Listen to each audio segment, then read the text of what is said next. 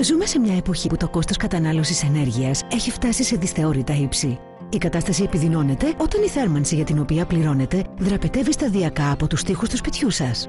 Ενώ το καλοκαίρι η θερμότητα του εξωτερικού περιβάλλοντος μεταφέρεται στους ίδιων τοίχων και θερμαίνει το εσωτερικό του σπιτιού σας, με αποτέλεσμα το air condition σας να καταναλώνει περισσότερη ενέργεια για να το διατηρεί δροσερό. Φανταστείτε να μπορούσατε να διατηρήσετε τον θερμό αέρα στο εσωτερικό του σπιτιού σας κατά τη διάρκεια του χειμώνα. Ο θερμοστάτης θα έδινε πολύ σπάνια εντολή στη θέρμανση να τεθεί σε λειτουργία. Φανταστείτε να μπορούσατε να κρατήσετε τη ζέστη έξω κατά τη διάρκεια του καλοκαιριού. Το air condition σας δεν θα λειτουργούσε τόσο συχνά.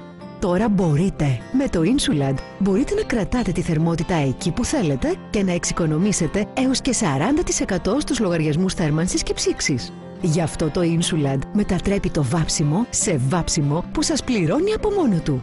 Είναι απλό. Απλά αναμίξτε το και αναδεύστε. Και πώς λειτουργεί? Είναι απλό. Απλά το προσθέτετε σε μια κοινή μπογιά για να δημιουργήσετε ένα φράγμα ακτινοβολούμενης θερμότητας. Οπότε βάφοντας με το Insulad, οποιαδήποτε επιφάνεια τη μετατρέπετε σε θερμομονωτική. Διατηρεί τη θερμότητα μέσα το χειμώνα και έξω το καλοκαίρι.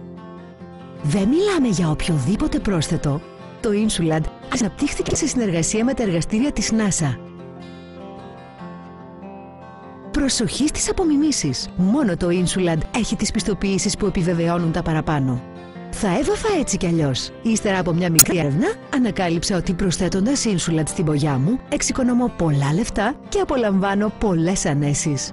Την επόμενη φορά που θα είστε έτοιμοι να βάψετε, μη βάψετε απλώς. Θερμομονώστε ταυτόχρονα με το Insulad. Στα χρωματοπολία με την εγγύηση DIMCO.